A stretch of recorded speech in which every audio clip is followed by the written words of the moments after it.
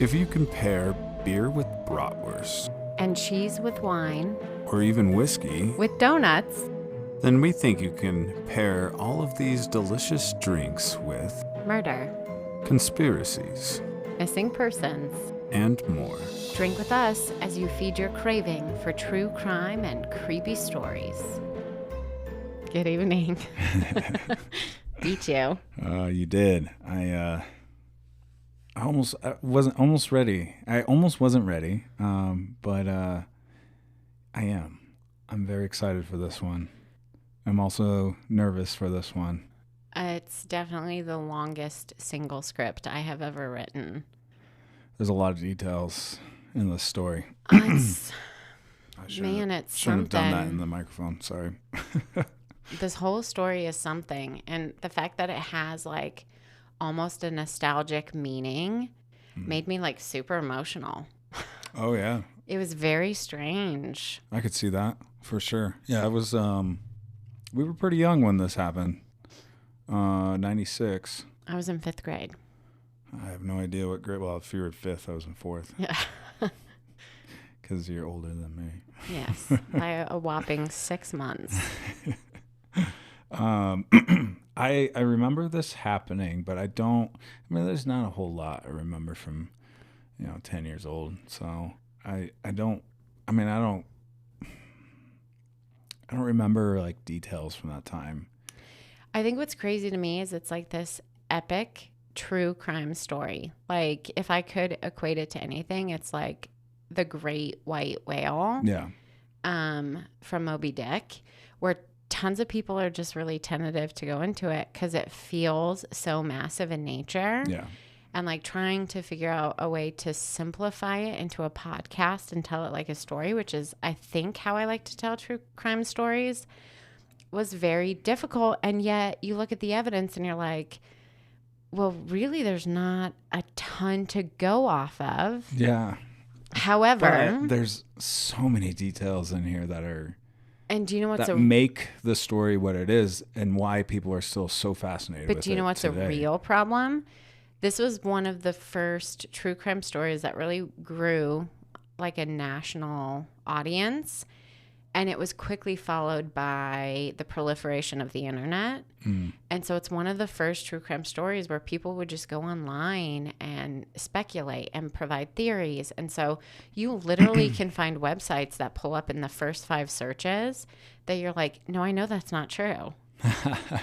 No, I know that's not true. Yeah. And people are just presenting things as evidence. So making sure that what I included was actually supported by a variety of resources or like verified in like true media outlets. Well, what's crazy about it too. It was daunting. Yeah, I couldn't even imagine because, I did a refresher on it too recently. So I didn't, which will be interesting to see how this episode goes because I do know a lot, but you're still telling me the story, and so. But I don't know. We'll see how it goes. I'm not going to try and interject much at all because I think all the work that you did deserves an ample amount of microphone time. Well, here's what I think. In the first episode, there's not going to be a ton of room to interject because I'm hoping just to lay out the details of the case. Yeah. And highlight the evidence that the police officers had to work with.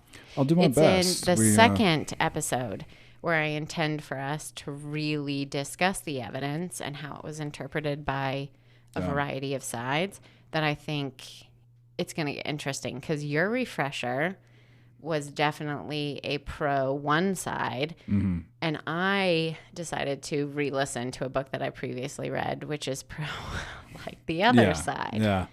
Well, and that's what I think is so.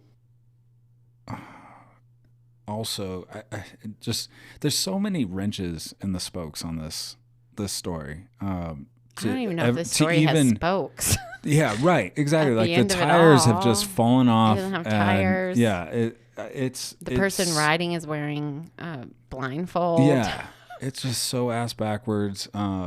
Nothing makes sense when you really put everything together. But what's interesting is the very experienced professionals looking at this case, whether the detectives or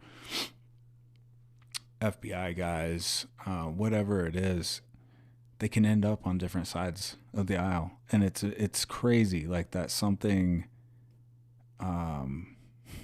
one child being killed in a house could cause that, and I think, and we'll get into it definitely next episode. Like I really do think there's two things in this that make that happen, but. Okay. I know we have a lot to get under. 14 get pages. Going. Yeah. Don't tell me that, because it's going to make me be like, I can't say anything. Also, we'll end up drinking a lot, and I will say stuff. But speaking of those drinks, I think we should get to what I've picked. So I figured to go with Colorado's signature unsolved murder, I would go with Colorado's signature drink. Colorado has a signature drink? I know. And I've heard of this drink. I don't think I've ever had one. What's it called? It is called a Colorado Bulldog. Okay. So basically, it's a White Russian. I've heard of them. The big difference is you add, there's different ways to make it, but you add a splash of Coke or a little bit of Coke. Some people say you add like a whole Coke. I think the splash or at least, an equal amount to the other ingredients is the way to go. We'll find out. We'll see what I have. The one thing, and we'll try it too. Obviously, you got a lot. We'll take a break. We'll make another drink. I'll probably take a few breaks and make a few drinks. A power nap. Yeah. Not a power nap. I'm not napping through this. I'm not snoozing at all. It's long. It's real long. No, but it's crazy. This story is so weird. And you're right. Like, you wouldn't, like, there's not a lot, but there is a lot. It's just the deets keep coming. Yeah. So what's in a Colorado Bulldog? Vodka? Yep, vodka. Cream, some sort of cream. Bailey's. Why am I forgetting it? Coffee liqueur. Okay. Which, the coffee liqueur that I decided to go with, is actually from Boulder. It's Arosta coffee liqueur, bottled by hand in Boulder, Colorado, from Vapor Distillery. Okay. Which I thought was kind of cool. I kind of just happy accident on that too. So shout out to them, Vapor Distillery, for providing us a liquor from Boulder for our Boulder story. So yeah, you got coffee liqueur, and then you're supposed to do either milk, half and half, or you could do Bailey's. I'm gonna guess you went with Bailey's. I went with Bailey's. We do half and half. Milk? We can try goat milk oat milk, not goat milk. Oat milk. I was gonna say we don't have goat milk. We don't do goat milk. We don't live in Boulder. We don't do goat milk. We do have oat milk, which we could try on the next one if we want to try something different. But no, I'm excited about this. Sounds really good. And, I'm excited. I used to make these as a bartender. I sprinkled a tiny bit of cinnamon dust on there. Make it look nice.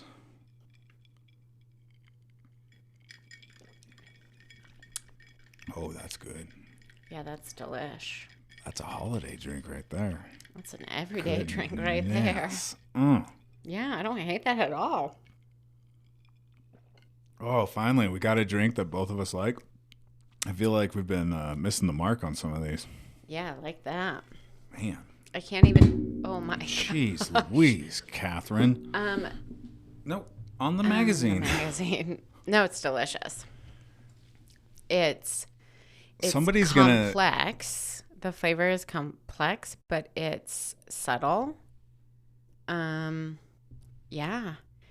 I can taste coffee liqueur. I can taste a hint of Coke. It's lovely. It is. Kind of like Boulder itself. Even that tiny bit of cinnamon on top, it doesn't add really any flavor to it, but the smell as it comes up is you're about to drink something that is tasty. Yes. No, it's lovely. Yeah, those items blend together very well. And the Coke, I thought that was a little odd. I think it makes it feel less full-bodied. Do you know what I mean? Like It it's cuts not through. hearty. Yeah, It's cuts through all the syrup and cream. yeah. Yeah. Yes. I dig it. Bet you anything, that thing is packed full of sugar. Yeah. I'm just talking like this. It's gonna be a really good story. Sugar, coffee, caffeine. This one's good. This is good for a podcast like this. It's lovely. So, a drink called a Colorado Bulldog, made with coffee liqueur, bottled in Boulder, Colorado, is perfectly paired with a story that comes straight from the heart of Boulder, Colorado, and that is the death of Jonbenet Ramsey.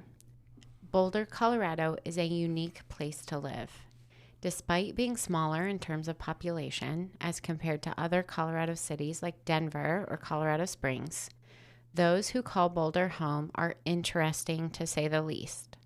In general, if one can afford to and chooses to live in Boulder, that person is statistically well-educated, white, liberal, health-conscious, and a fan of nature.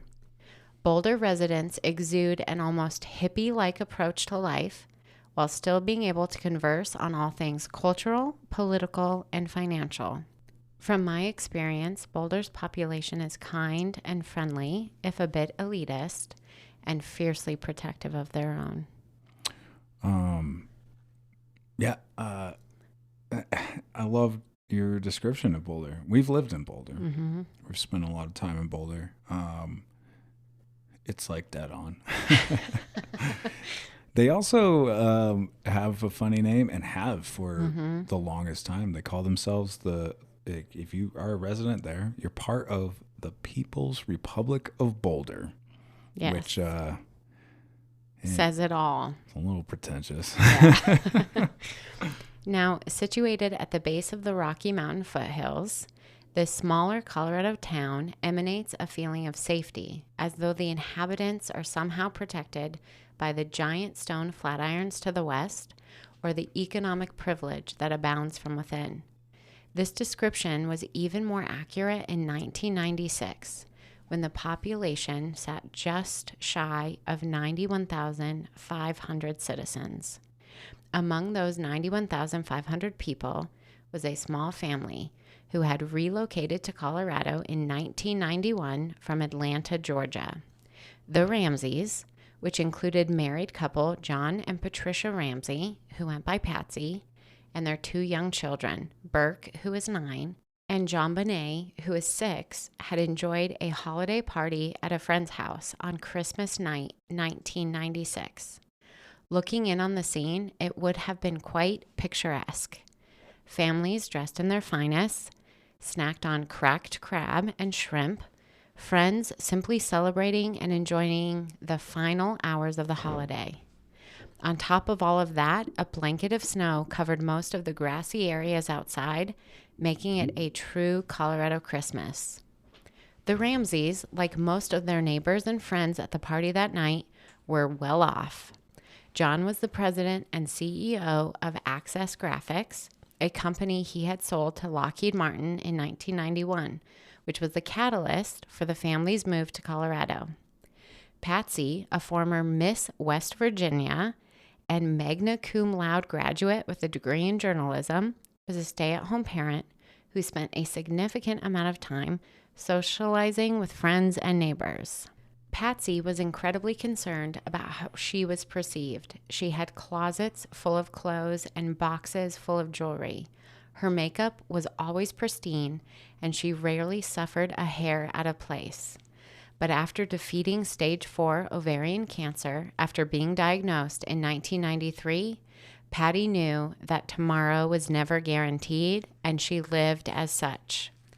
Patty also dedicated a significant amount of money, time, and effort to her daughter Jonbenet's beauty pageant life. Jonbenet, or Johnny B, as she was called at home, was a smart and sweet child. When she wasn't wearing a pink sequined cowgirl outfit or a Vegas showgirl-inspired white and gold sequins number, complete with open feather skirt and fabulous feather cape, while singing to an audience in pursuit of a pageant crown, she enjoyed running around barefoot, playing hard outside, and getting dirty. And Burke, well, he was there too. Not much has been shared about young Burke in terms of his likes or interests before tragedy struck the happy family.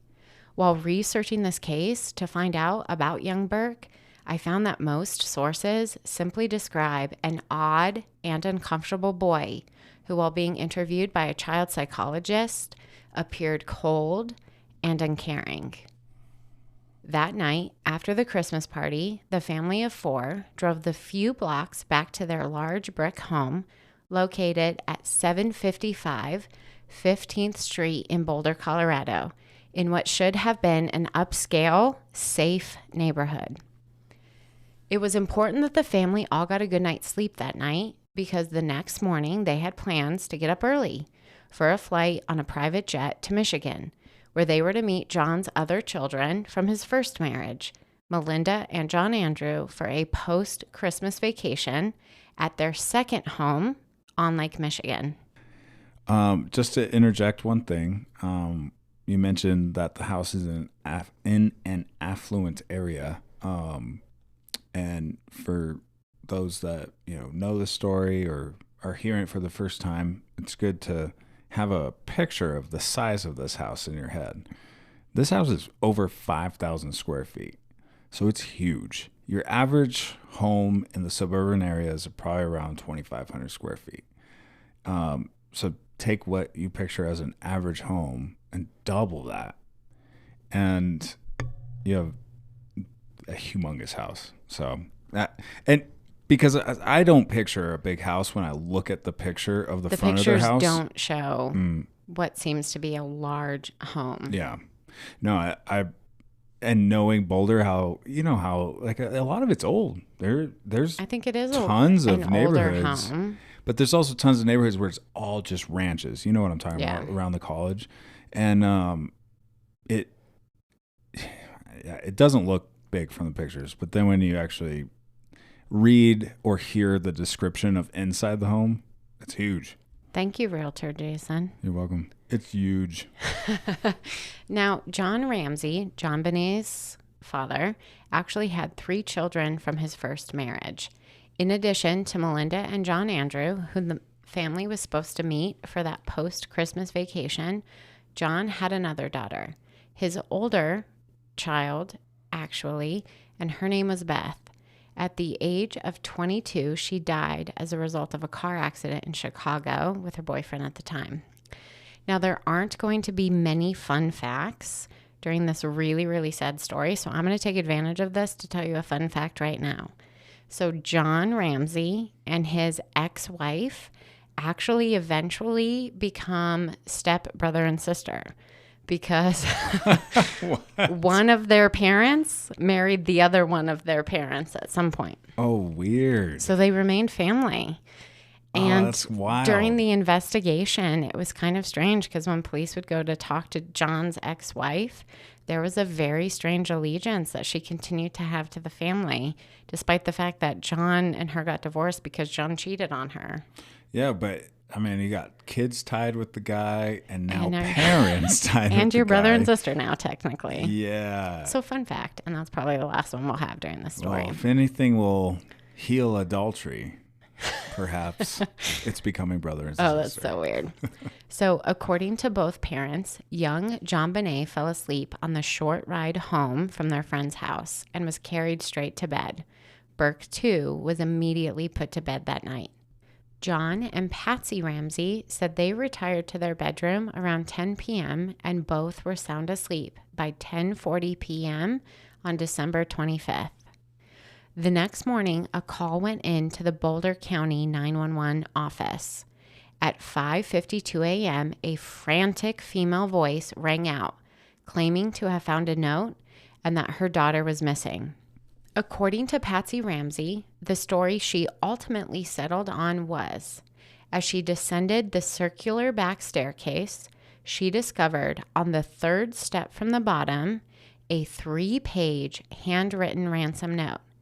This ransom note would serve as one of the first and still strongest pieces of evidence in the case of murdered Jonbenet Ramsey. Here is what the note said in its entirety. Mr. Ramsey, listen carefully. We are a group of individuals that represent a small foreign faction. We do respect your business, but not the country that it serves. At this time, we have your daughter in our possession. She is safe and unharmed, and if you want her to see 1997, you must follow our instructions to the letter. You will withdraw $118,000 from your account. $100,000 will be in 100 bills, and the remaining $18,000 in $20 bills. Make sure that you bring an adequate size attaché to the bank. When you get home, you will put the money in a brown paper bag. I will call you between 8 and 10 a.m. tomorrow to instruct you on delivery. The delivery will be exhausting, so I advise you to be rested.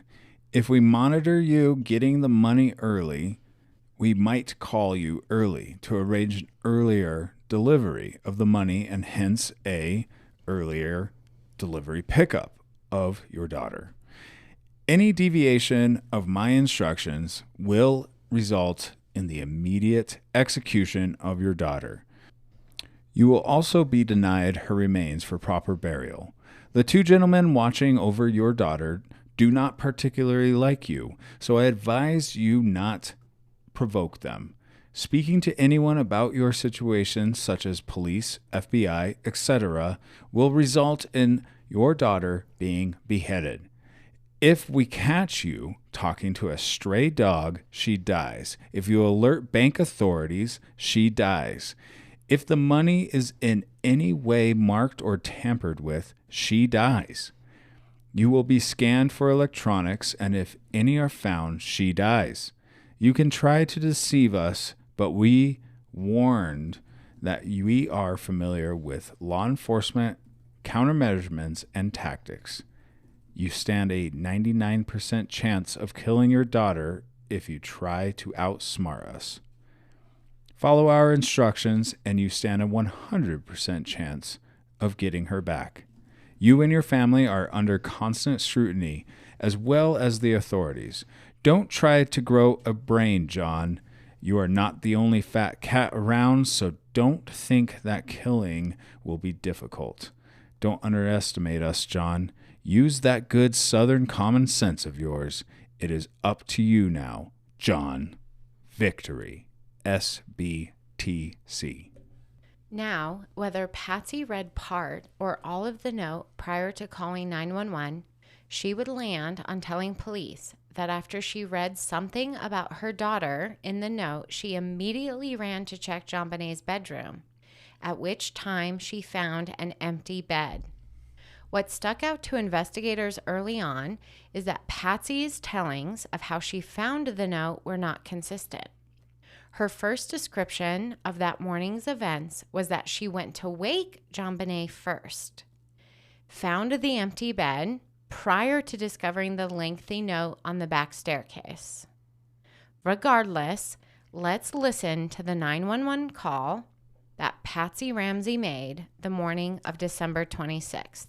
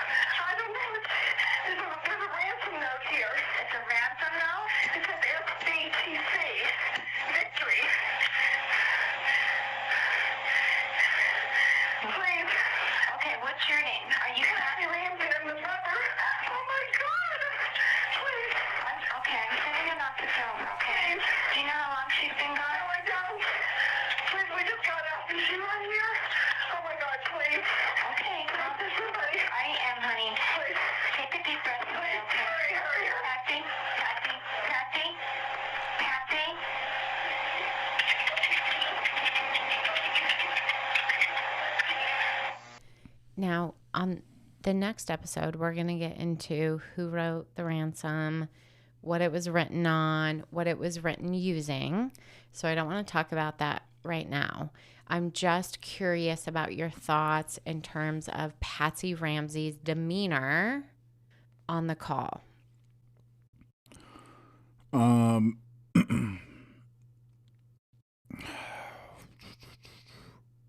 She made me almost hyperventilate, like the fact that she could not seem to catch her breath.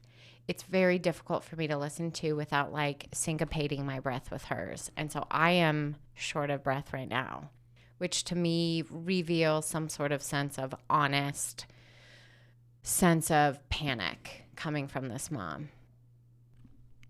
Yeah. I wanted to listen to it like clear. I haven't heard that audio in a very long time, but I've heard the transcript quite a few times. And the transcript does not give you the whole picture of what the audio was like. What's funny on the transcript though, it has like inaudible a lot on there is a lot of things you can't hear. And I know like maybe listening to the podcast, you might think it's because of sound quality from us, but it really is like you can't understand a lot of that. She's definitely panicked, hyperventilating. The ending is so strange. How she just drifts off. Like, where'd she go? We're going to talk about the ending. Where'd she go? I know. I know that 911 call is definitely part of the who people think did things, and what's interesting. It is interesting. We will discuss it, but not at this moment. All right, go on. Now, after the 911 call, Patsy makes several calls to friends, including Fleet and Priscilla White, the hosts of the Christmas party from the night before. After the 911 call, a uniformed officer, Rick French, arrived at the Ramsey residence between 5:56 and 5:59 a.m., driving a black and white marked police vehicle. As police responded, they noted that there were no obvious signs of forced entry and that there were no new footprints in the snow around the exterior of the home. This observation might not have as much evidentiary bearing. However, as the walkways were already clear of snow, according to pictures of the home taken the morning of, and the temperatures being so cold that the snow on the ground was frozen. That morning, Patsy Ramsey is reported to have been dressed in a red sweater, black pants, and that her hair was done as well as her makeup. By 6:01 a.m., friends of the Ramseys had arrived to assist in the search for Jonbenet. Did you say 6:01 a.m.? Yes. So she made the call at 5:52, right? Or something like that. Yeah. Jace, it is like a neighborhood group of friends. Makes you think they called friends before. Do they have any logs on calls? I'm sure they do. All right. At 6:02, a second officer, Sergeant Reichenbach, arrived at the family residence.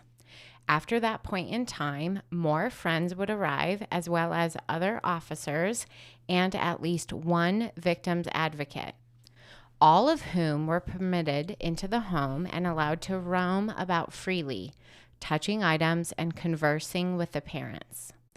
At 7 a.m., John and a friend went up to Burke's bedroom, saying that they needed to wake the boy for the first time that morning. Shortly after, at around 8:10 a.m., Detective Linda Arndt and Detective Fred Patterson arrived at the home, followed roughly an hour later by Commander Sergeant Bob Whitson. However, by 10 a.m., only Detective Arndt and the Ramseys' friends remained in the home with the couple. Sometime that morning, agents from the FBI did meet with Boulder Police Department officers away from the Ramsey home. Kidnapping is a federal crime, and therefore it made sense for them to be contacted. Actually, the FBI had to be contacted because FBI has main jurisdiction in kidnapping cases because of the Lindbergh Law that was passed.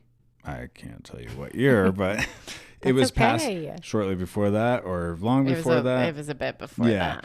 So FBI had to be involved. And that was a legal lesson from a layman. Good job. Oh, thank you.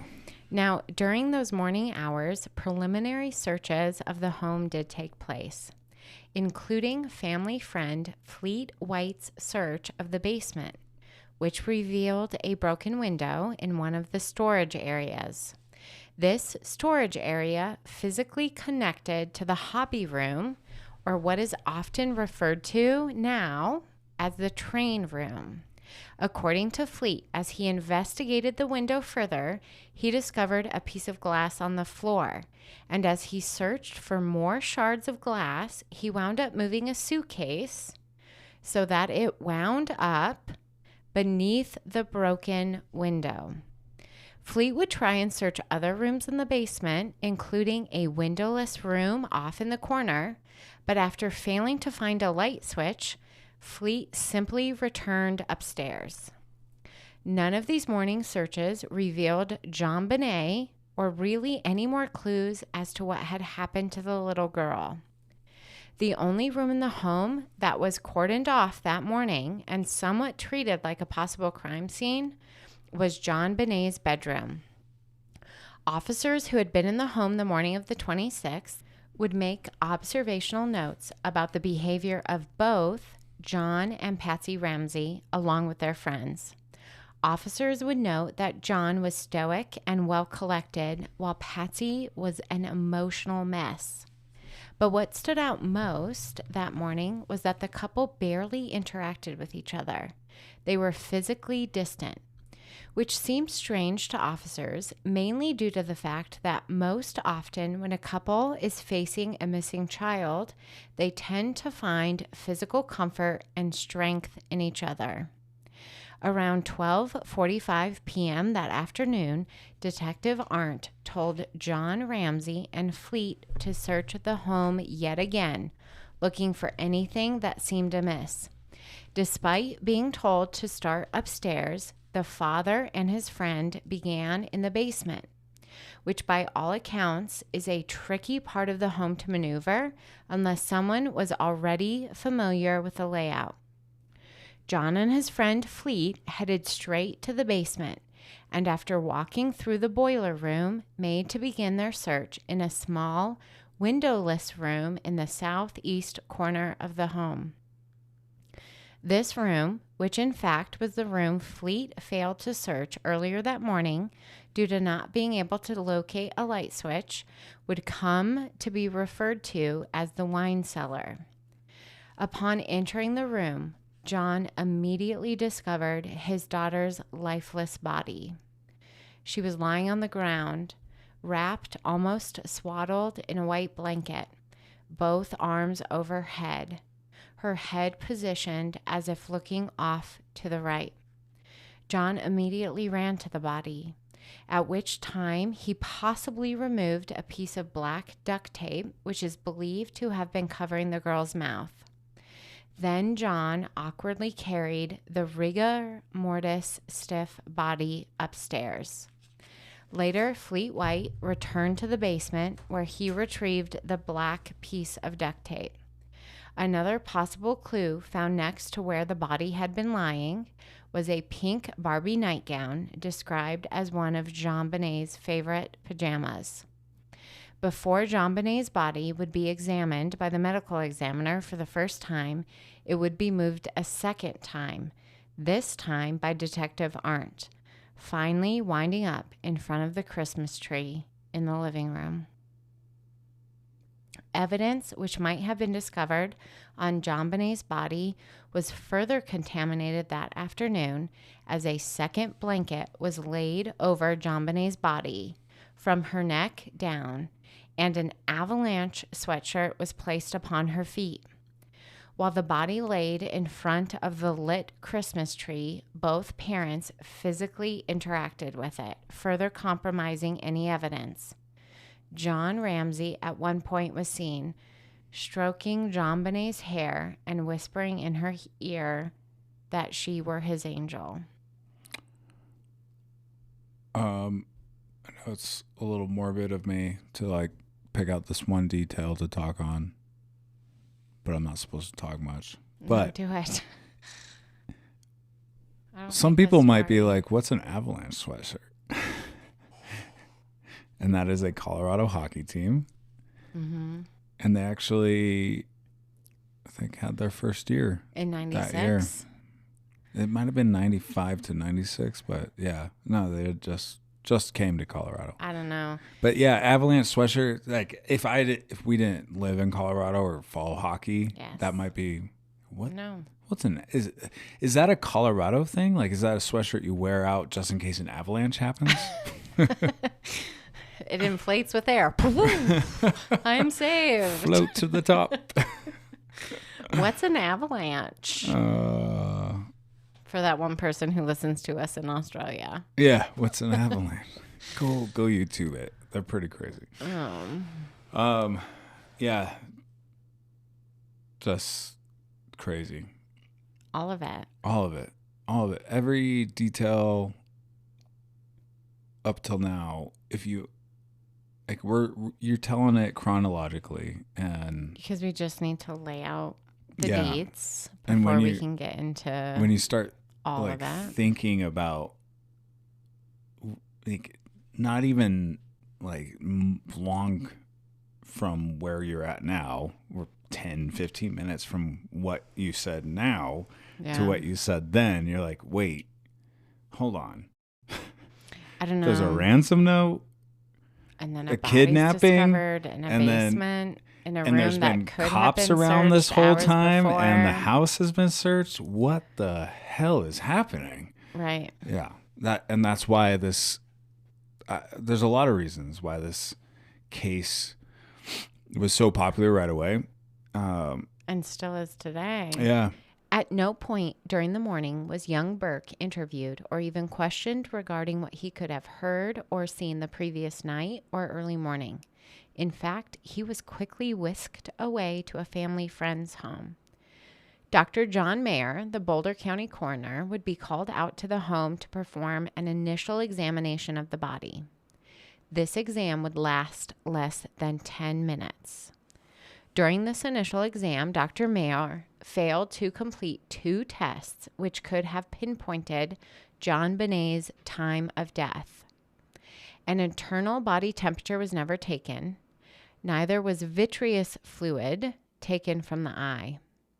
Ultimately, the window for Jonbenet's time of death was given anywhere from 10 p.m. on the 25th to 6 a.m. on the 26th. Investigators felt strongly that the time of death would have been closer to the 10 p.m. mark due to the advanced rigor mortis of the body. In fact, decomposition had begun to take place prior to the body being discovered. Later, a full autopsy would be performed by Dr. Mayer, and these are the findings. At the time of her death, Jonbenet was 27 inches tall and weighed 45 pounds. She had green eyes and blonde hair, which was tied into 2 ponytails at the time of her death. Jonbenet, prior to her death, was a healthy 6-year-old girl. When Jonbenet was found, she was wearing a sleeved knit white collarless shirt with a silver sequins star on the chest. The upper white sleeve had a brown tan stain, which was consistent with mucus from the nose or the mouth. On her wrist, she wore a bracelet that read Jonbenet and then the date 12/25/96. She had a ring on one of her fingers and a drawing of a heart in red ink on the inside of one of her palms. A gold chain with a cross ornament hung around her neck.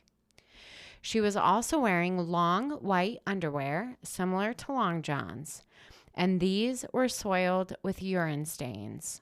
Her underwear, which had been embroidered with flowers and the word Wednesday along the elastic band were also stained with urine, and areas of red, which measured less than half an inch in size.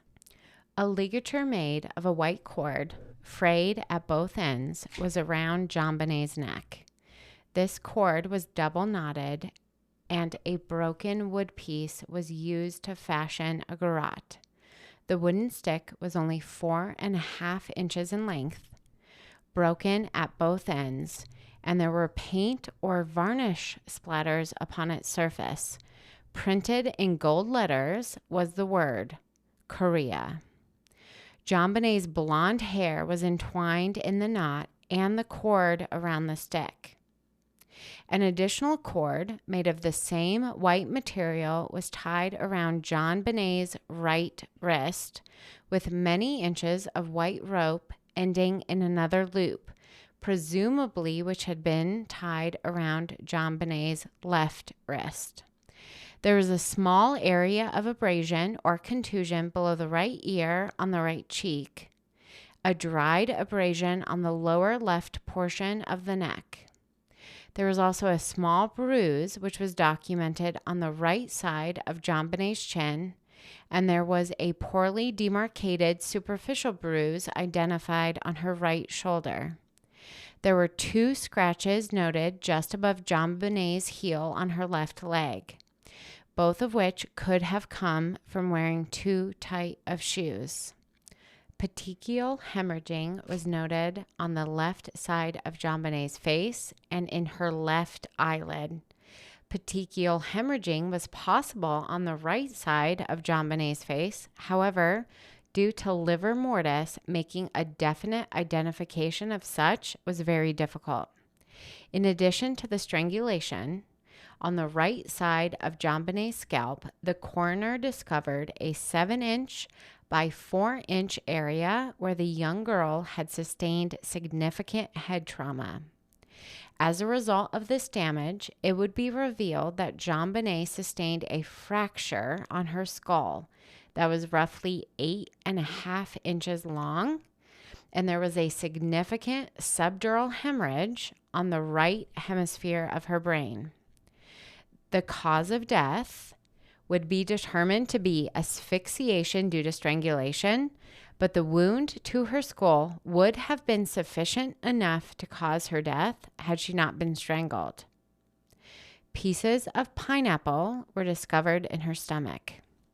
No semen was recovered from the body, despite investigators' initial belief that there was something smeared on the girl's legs. They believed the smear had been semen, but in the end, the smeared material was determined to be blood. The vagina seemed to have been wiped clean, and there were indications of some vaginal trauma or a sexual component to the crime. A pubic hair, or what was thought to have been a pubic hair, would be retrieved from the white blanket.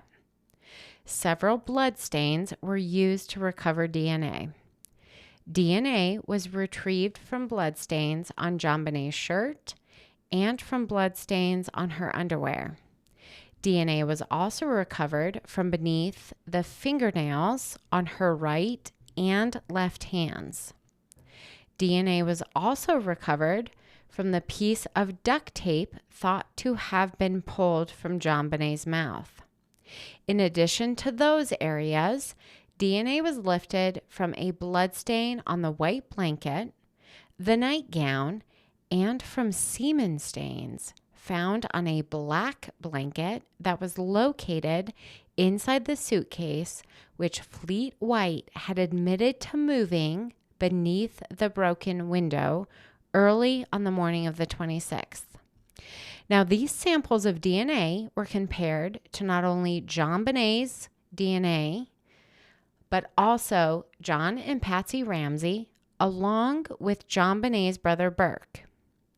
In addition to testing these DNA samples against her immediate family, they were tested against her step-siblings and others, including the Ramsey home housekeeper and the housekeeper's husband. The results of these DNA tests would not be made public until 2008. So for the time being, I am going to withhold sharing what these tests revealed. Now, other evidence was located inside the Ramsey home. A boot print was found located near where Jonbenet's dead body was found. This print belonged to a high-tech hiking boot, which reportedly was not owned by anyone in the family or anyone known to have visited the premises. A palm print was located on the wine cellar door, and the print would not match any of the prints that had been taken for comparison. Investigators would retrieve tapes, a computer, CDs, CD-ROMs, videotapes, and floppy disks from the home. Much of any other evidence which could have been collected from within the Ramsey home could have been removed altogether. You see, a family member to the Ramseys was allowed back into the residence to retrieve appropriate funeral attire for John, Patsy, and Burke. A woman named Pam Paul would wind up removing bags of items the night of December 26th, including items retrieved from Jonbenet's room. You said a woman named Pam Paul. Paul. They say don't trust a man with two first names. I think it's Patsy's sister. What about a woman? Pam Paul. With not only two first names, but opposite sex. Also, if we could just divert real quick, the telling of this tale is she just grabs bags and bags and bags from the house. She's driven away by a member of Boulder Police's staff. And in the car, she goes, "Get me a Diet Coke." And so he takes her to a local Walmart, or not a Walmart, a McDonald's, which those things kind of make sense in my head. You know, there's where there's a Walmart, there's a McDonald's. Close by. And she orders a Happy Meal and a Diet Coke. What the hell? All right. It's the so you crazy. think Pam Paul I think it's the sister? I think it's Patsy's sister. She has two sisters, and they both have names starting with P. And I think this individual was related to Patsy. I only asked this because I don't think we're going to dive into this stupid detail. Pam Paul. Why the hell is she removing things from the house? Because she went to get funeral attire. Oh, she's in town and the family's out of town? I'm guessing? No, they're in town, but it's probably too painful to return to the house. Okay. Go on. And she just takes a bunch of stuff, like bags and bags and bags. I've never heard that detail. It's a strange one. Pam Paul and her Diet Coke. Pam Paul. That sounds like beginning of Adam West Batman. You know, like Pam Paul. And bubbles. Okay. Anyway, now back to the story. Police would also canvass the neighborhood looking for leads.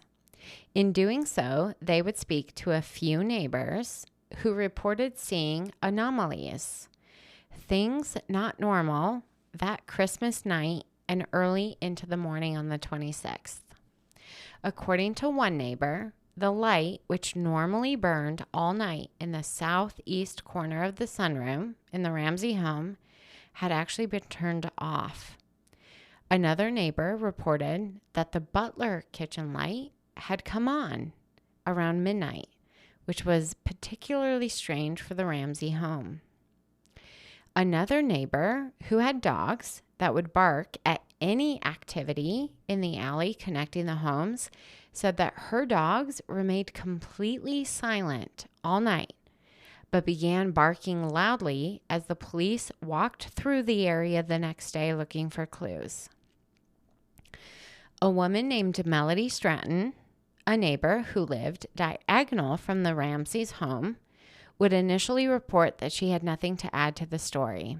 However, she later would come forward saying that on that morning, she heard a child scream sometime between 12 and 2 a.m. Now, obviously, a police officer went to ask her further questions, And during this I don't even want to call it an interrogation, but in this interview,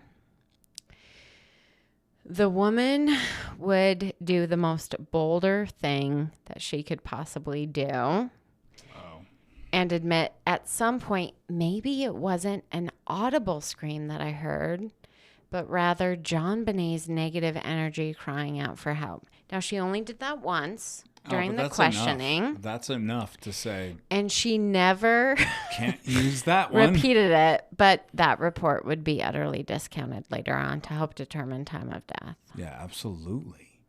Absolutely. But literally, that was like 2 out of 5 of our neighbors who lived in Boulder. Man, if I'm a detective interviewing her, and you're just like, the all energy. right, we got timeline here. She hears something. Her story sounds credible. And then she goes on with that bullshit. You know, maybe it was the energy from Jonbenet. It still gives us time of death. And I actually didn't hear it. I felt it. That's Boulder. Are you kidding me? That's Boulder, baby. That's, yeah. Now, gotta love it. And or I do. hate it. I mean, I love it and roll my eyes at it. Now, in any investigation where a child is found murdered, it is statistically likely that the culprit was someone the child knew. So police were eager to interview both John and Patsy Ramsey. However, this interview would not take place on the day of the 26th when Jonbenet's body was found. The interview would not take place the day after. In fact, the afternoon after John found his murdered daughter's body, John Ramsey was overheard calling the pilot of the private jet, trying to arrange a flight for him and his family to return to Atlanta that day. Now, police would instruct John that traveling that day would not be possible. However, this trip back to Atlanta would take place on December 29th. So 3 days after the body of his murdered daughter was discovered, John, Patsy, and their son Burke flew to their former hometown of Atlanta.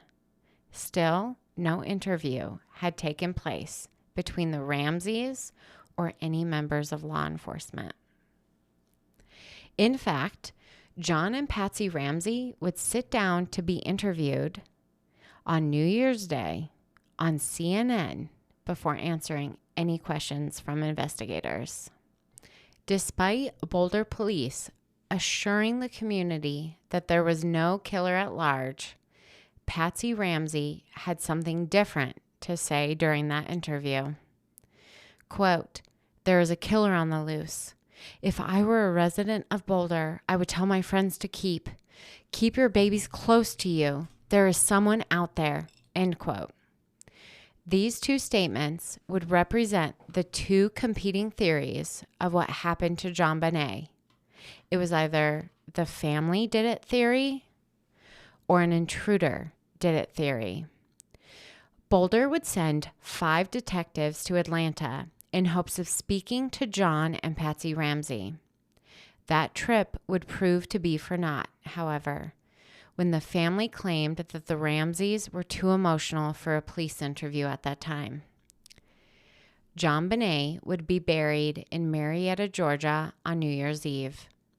During the service, a Bible verse would be read, this verse being Thessalonians 4:13, which reads, "But we do not want you to be uninformed, brothers, about those who are asleep, that you may not grieve as others do who have no hope," which in some translations is stated as follows, "Our friends, we want you to know the truth about those who have died, so that you will not be sad, as are those who have no hope," which finding the truth would prove, at least up to today, to be impossible. The task possibly impossible from the beginning. Early on in the investigation, Boulder police officers would seek the expertise of a man named Henry Lee, who is very well known in the world of forensics, being an expert in crime scene investigation, blood splatter analysis, and DNA evidence. When Dr. Lee heard details of what transpired the morning of the 26th inside the home, what was done to contaminate evidence on the body, and the fact that a family member of the Ramseys was allowed to freely take bags of items from within the home, he was left telling investigators that they were going to have to figure out what happened inside 755 15th Street late Christmas night or early on the 26th without the assistance of the normal types of evidence most investigators rely on. In his own words, the investigation was basically, and I quote, rice already cooked. So now we have a basic chronicle of the events regarding the murder of 6-year-old Jonbenet Ramsey and an idea as to what evidence Boulder police had to work with. Next time, we are going to break down and discuss the evidence, put each piece into a category of either being of support to the family theory or the intruder theory. We are also going to reveal the results of the DNA tests in detail and examine each of the suspects over the course of the investigation.